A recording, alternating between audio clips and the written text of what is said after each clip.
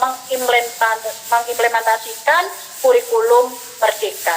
Tentu saja dengan semangat menghamba kepada peserta didik. Itu yang bisa saya sampaikan, Bapak Ibu. Mungkin nanti kita akan lebih banyak sharing implementasi mulai dari SD, mulai dari PAUD, SD, SMP, SMA, SMK seperti apa. Kalau masalah dokumentasi kita gampang sharing, tetapi bukan itu yang diinginkan di Merdeka Belajar. Copy paste dokumen, kemudian tidak memperhatikan karakteristik siswa, diferensiasi pembelajaran seperti apa di masing-masing sekolah, itu benar-benar harus diperhatikan. Terima kasih Bapak Ibu semua. Kita akan lanjut, ada sesi tanya jawab ya Mbak Indah, mungkin kita akan lebih banyak sharing di situ. Sekian yang bisa saya sampaikan.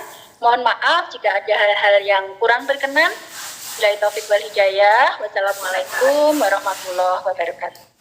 Waalaikumsalam warahmatullahi wabarakatuh. Terima kasih Bu Farida atas pemaparan materi ini yang sungguh sangat luar biasa.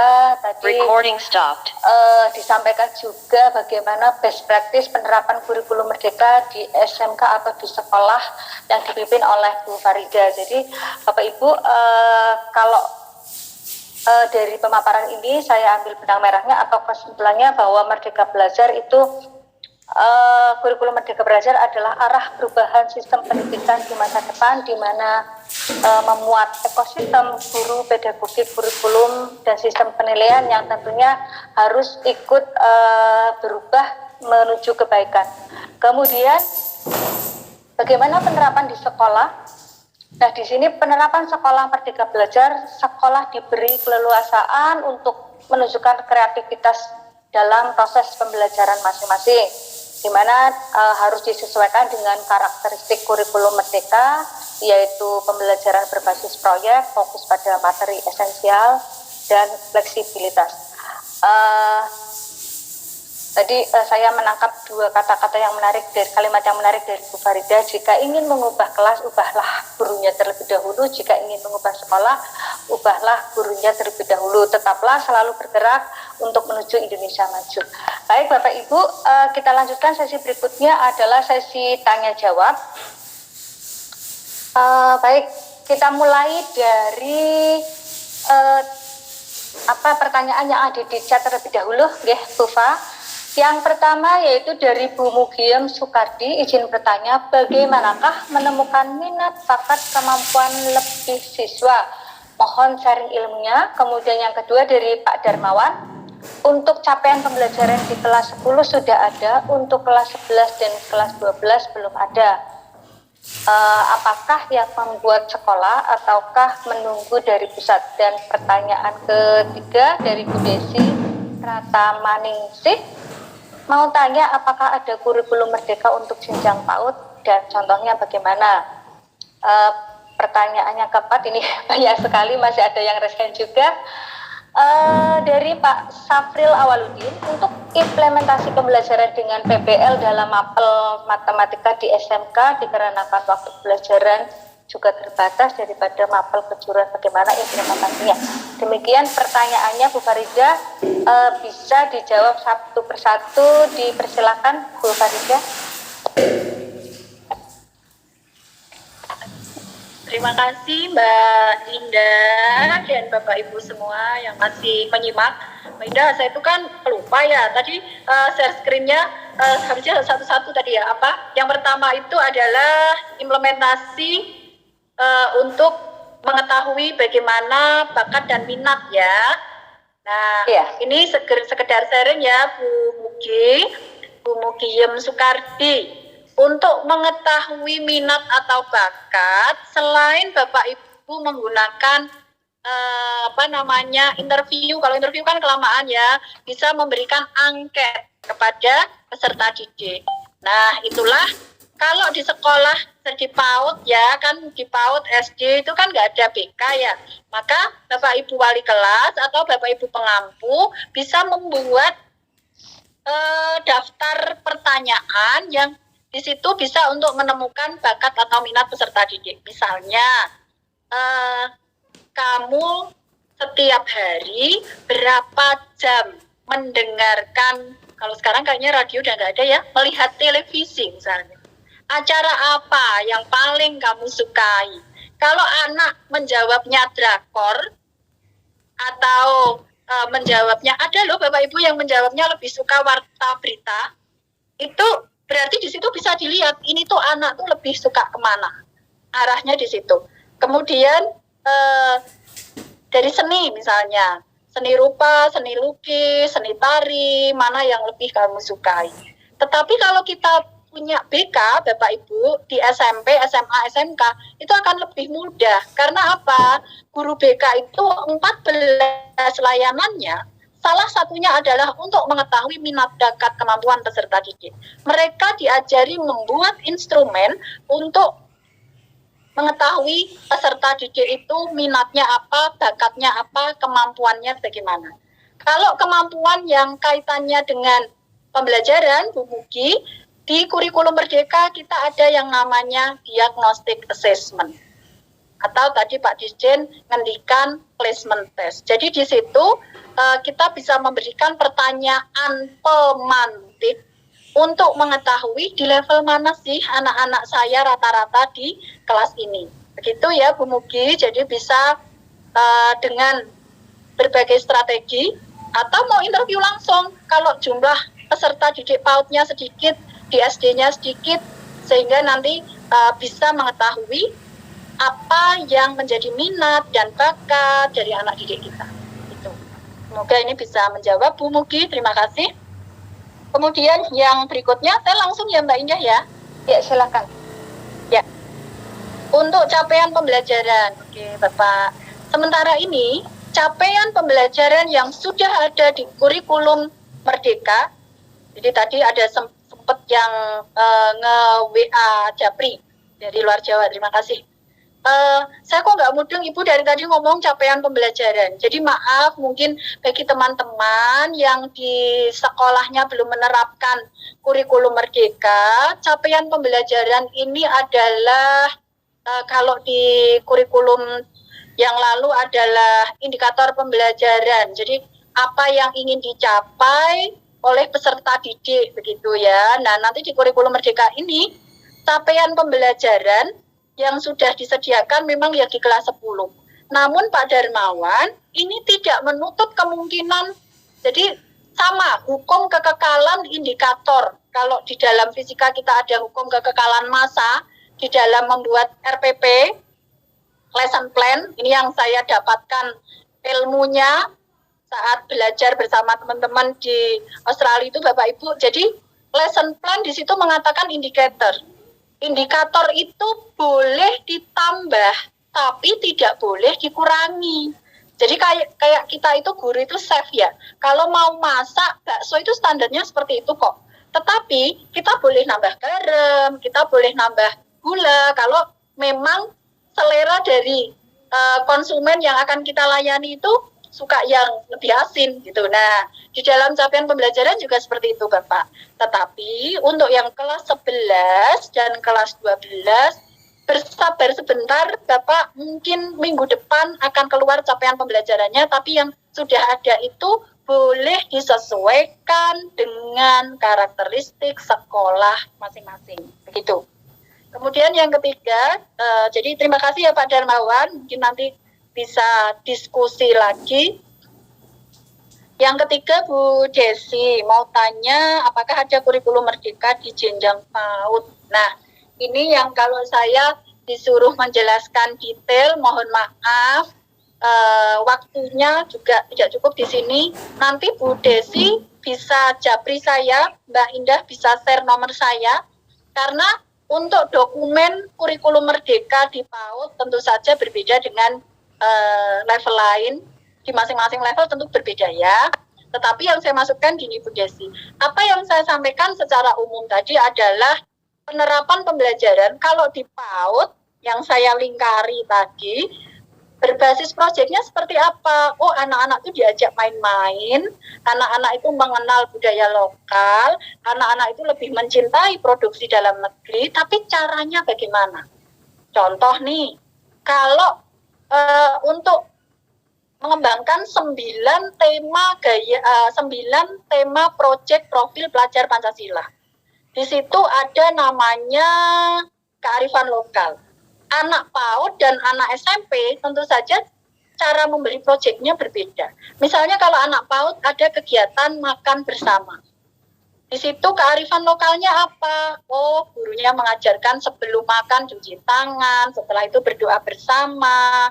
Setelah itu diminta membawa makanannya bukan makanan western, tetapi makanan produk lokal. Ini contoh simpel dari Merdeka Belajar karena di dalam 9 tema profil pelajar Pancasila itu salah satunya adalah kearifan lokal. Nanti di SMP sudah beda lagi. Di SMK mungkin lebih ke berbasis produk, bagaimana mereka menghasilkan produk-produk yang berkelas internasional tetapi menggunakan bahan-bahan yang ada di lokal. Misalnya di dekat SMK yang di Rawapening itu, di situ ada enceng gondok. Bagaimana enceng gondok ini bisa menjadi sebuah produk yang nanti bisa go internasional. Nah, itulah kurikulum Merdeka. Itu ya, Bu Desi, nanti kita bisa diskusi lebih, tapi bagi guru-guru PAUD, fokusnya memang belajar dan bermain. Oke, kemudian yang keempat, ya tua nih kalau baca gini nih Mbak Indah. Ya, yang keempat untuk implementasi pembelajaran dengan PPE di mapel matematika di SMK dikarenakan waktu itulah Pak Syahril Awaludin. Kenapa kita harus memilih materi yang esensial? Contoh nih, bukannya saya mengecilkan matematika ya. Integral itu kebermanfaatan setiap harinya itu apakah lebih banyak atau lebih sedikit dibandingkan, mohon maaf, anak di desa itu untuk pembagian, pengurangan, penjumlahan, SMK aja masih pusing loh Pak. Nah, itulah yang dimaksudkan bagaimana kebermanfaatan kebutuhan siswa di dalam Merdeka Belajar ini terfasilitasi dengan adanya kurikulum itu. Maka dipilihlah esensi-esensi materi-materi yang esensial itu untuk kebermanfaatan dia. Untuk ngitung konek arep buka bengkel, laba rugi ya Jojo belum tahu gitu. Nah, itu yang harus diperhatikan. Kalau jamnya kurang Pak, yuk Pak please di sekolah Merdeka nanti, di sekolah yang menerapkan kurikulum Merdeka, integratif atau integrated mapel yang menghasilkan proyek ini diberlakukan. Contoh, di dalam pelajaran agama Islam kelas 12 di situ ada menghitung hak waris. Bapak berkolaborasi dengan pelajaran agama. Kalau perlu dengan guru pengampu PPKN, dengan guru pengampu bahasa Indonesia. Di matematika akan bicara tentang pembagian, pengurangan, penjumlahan, bagaimana menghitung hak waris serta pembagiannya. Di PPKN akan belajar tentang bagaimana bermusyawarah mufakat untuk mendapatkan hak waris tanpa adanya percekcokan. Di bahasa Indonesia, di situ akan belajar bagaimana membuat surat perjanjian atas pembagian hak waris yang telah dilakukan. Jadi kita lebih fleksibel, lebih simpel, yang jelas guru memang harus berubah dulu mindsetnya. Di sekolah kami setiap minggu jadwal berubah, bahkan mungkin belum ada seminggu sudah berubah. Kenapa? Karena sesuai dengan kebutuhan sekolah, peserta didik, oh ini TV-nya harus lebih banyak bekerja, kemudian mapel lain nanti di blok di sini. Nah itu tentu saja tidak bisa terjadi tanpa adanya sinergi dari semua guru, bukan hanya wakakurnya. Itu Mbak Indah dari 4 penanya, terima kasih sekali insight-nya. Ya. Terima kasih atas jawabannya. Masih ada ini mungkin dari raise hand teman-teman atau dari peserta. Ada Bu Eni Husnul Hartati ya, dari Kepala SMA 4 Pekalongan. Silakan Bu Eni. Ya, monggo Bu Eni. Bu Eni. Kok enggak bunyi? Oke, sudah nyambung? Sudah Ibu, silakan Ibu. Terima kasih atas waktunya Bu Indah dan Ibu Farida. Jadi yang ingin saya tanyakan adalah ini. Sekolah kami kan kebetulan belum sebagai sekolah penggerak. Kurikulum yang kami terapkan adalah kurikulum 2013. Namun demikian, kemudian kami itu mencoba untuk mendaftar di link Kemendikbudristek yang berkaitan dengan kurikulum merdeka, kemudian mendapatkan rekomendasi untuk kurikulum merdeka yang mandiri belajar.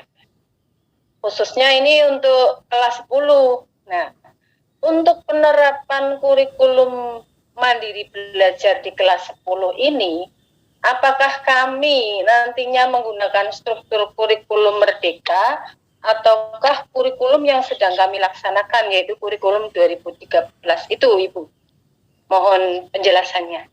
Oke, demikian. Terima kasih. Terima kasih, langsung dijawab saja nggih, Bapak. Oke, terima kasih Bu Eni.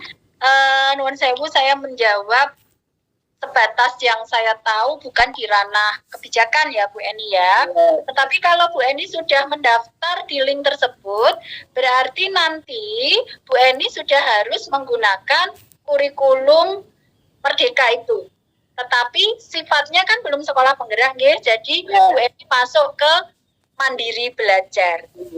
Maka nanti di mandiri belajar itu Bu Eni bisa menggandeng sekolah penggerak atau bisa minta narasumber atau sharing dengan kepala sekolah ataupun wakakur yang sudah melaksanakan kurikulum merdeka tersebut. Begitu Bu Eni. Jadi yang dipakai bukan 2013-nya nggih. Jadi nanti gitu. Berarti yang kelas 10-nya sudah langsung kami terapkan gitu ya? Nggih, gitu. Jadi nanti karena ini kan daftar linknya Bu Eni sudah direkomendasikan seperti itu toh? Ya. Jadi bisa dimulai di kelas 10-nya itu.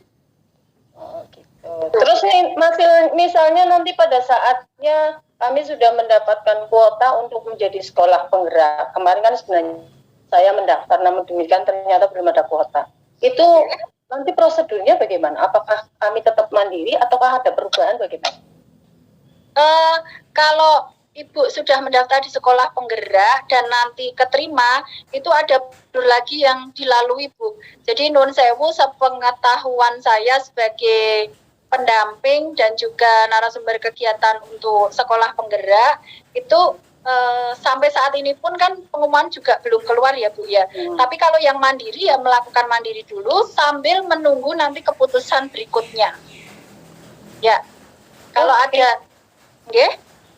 Terima kasih Ibu.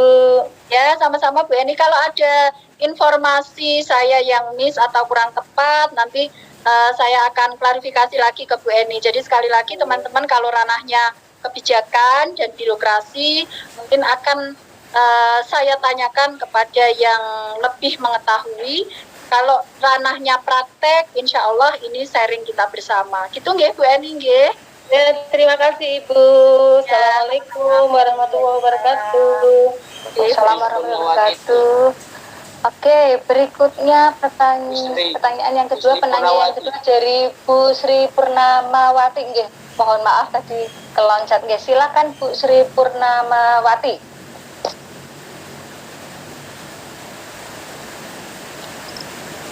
Suaranya belum terdengar, Ibu. Suaranya belum terdengar, Ibu. Mohon di-unmute terlebih dahulu.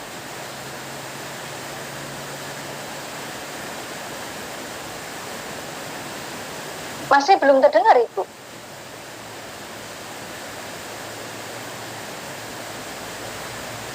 Bu Sri Purnamawati. Oke, mohon di-unmute dulu untuk mikrofonnya.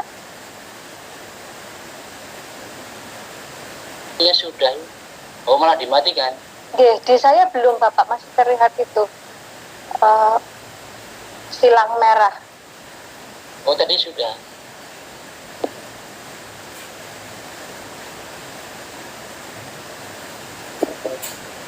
Belum bisa, Pak. Sudah. Coba Bu. Silakan, Bu Sri. Silakan. Belum, nggak bisa. Iya.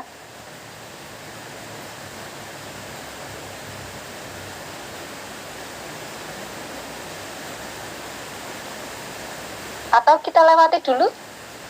Ya. Nggih. Bu Sri Wahyu. Nggih, Bu Sri Purnamawati, mohon maaf kami loncati dulu nggih. Kita ke Bu Sri Wahyuningsih. Silakan Ibu. Assalamualaikum warahmatullahi wabarakatuh. Waalaikumsalam warahmatullahi wabarakatuh. Terima kasih waktunya.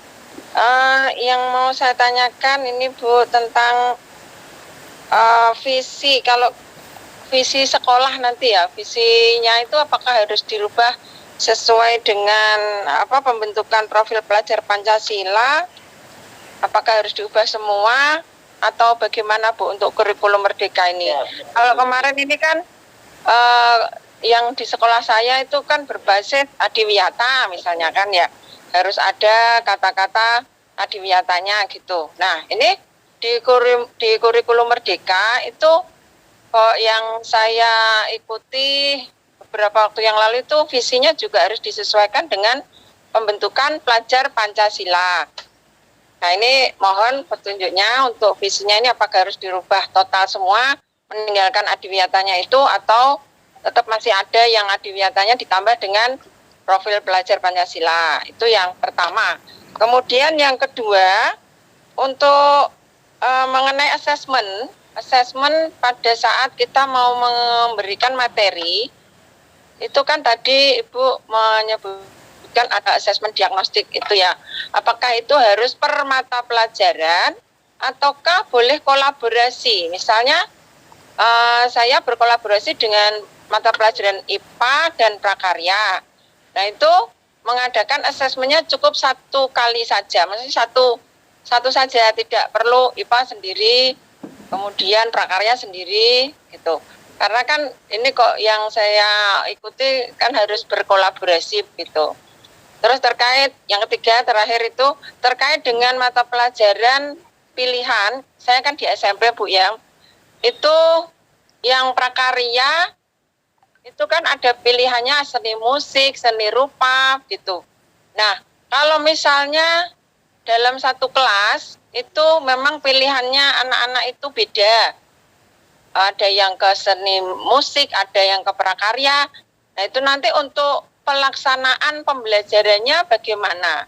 Apakah dibuat moving class? Jadi gurunya di kelas terus anaknya datang ke kelas prakarya dan kelas seni, ataukah bagaimana? Terima kasih Bu. Assalamualaikum warahmatullahi wabarakatuh. Waalaikumsalam warahmatullahi wabarakatuh. Bisa langsung dijawab oleh Bu Farida. Ya, terima kasih Bu Sri Wahyuningsih. Ini ada 3 ya pertanyaannya, dan itu kelas berat semua Mbak Indah, seperti saya. Berat. Ya, yang pertama kaitannya dengan visi sekolah. Ini sering ditanyakan oleh teman-teman di kepala sekolah pemuda.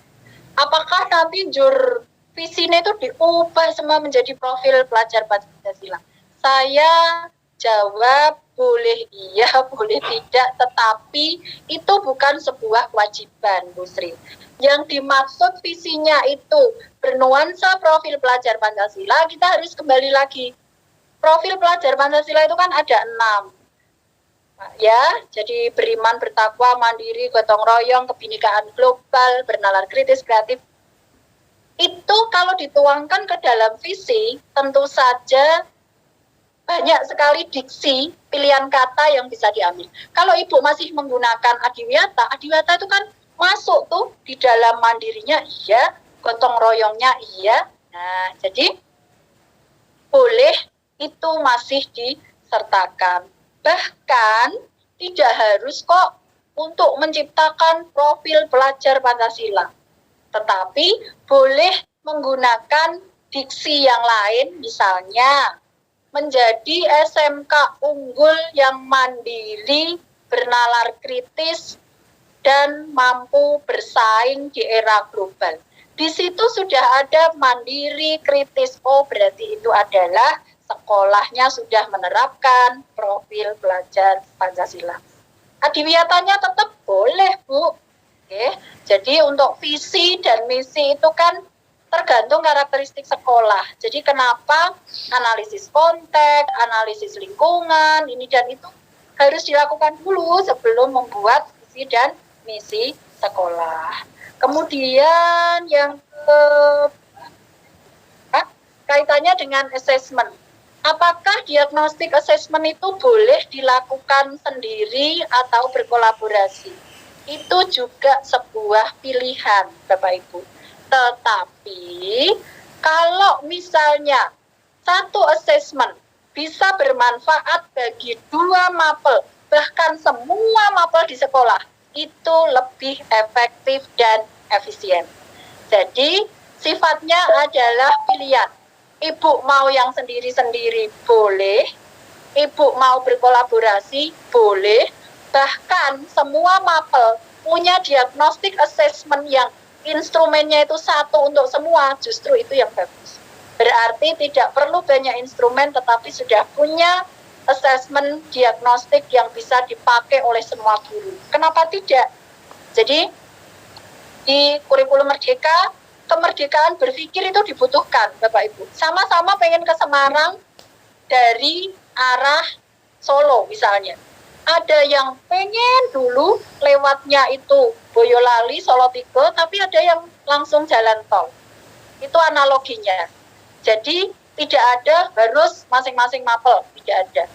Karena di dalam assessment sendiri, di bukunya Brown dan Jack J. Richard, kalau Ibu nanti sempat berliterasi, di situ yang namanya assessment itu adalah tujuan utamanya itu untuk mengetahui kompetensi peserta didik itu sampai di mana. Semakin justru instrumennya itu tidak ribet, instrumennya itu bermakna, itulah yang dibutuhkan. Apalagi di kurikulum Merdeka ini, monggo panjenengan mau memilih yang mana. Jadi tidak ada aturan harus masing-masing mapel. Tetapi kalau masing-masing mapel buat gimana? Monggo, boleh. Karena mungkin bahasa Inggris, kalau tidak tak assessment sendiri, guru yang lain orang mudeng ini.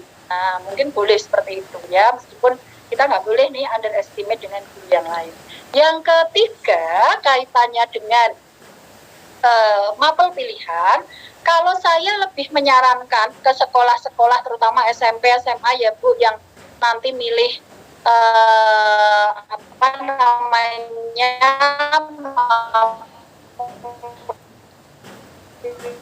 pilihannya itu tidak seperti di SMK, kita ada juga di sekolah Ibu nanti, kan pasti anak itu berbeda di satu kelas itu. Di satu kelas itu berbeda, untuk mempermudah Wakakurnya mengatur jadwal, maka dibuat di situ jadwal untuk mapel pilihan. Anak silahkan masuk ke center atau zona ya.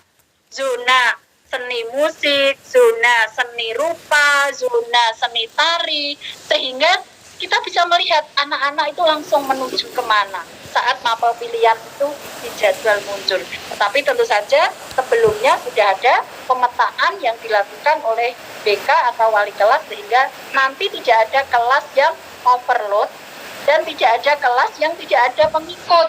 Itu kan mesakit banget kalau tiba-tiba sudah langsung dibuat zona tetapi belum ada. Begitu Bu Sri Wahyuni, semoga menjawab pertanyaan Ibu. Ya, terima kasih. Wah, semakin siang semakin ramai, semakin seru nih Bu Farida. Baik, kita kembali ke Bu Sri Purnamawati. Apakah bisa mengaktifkan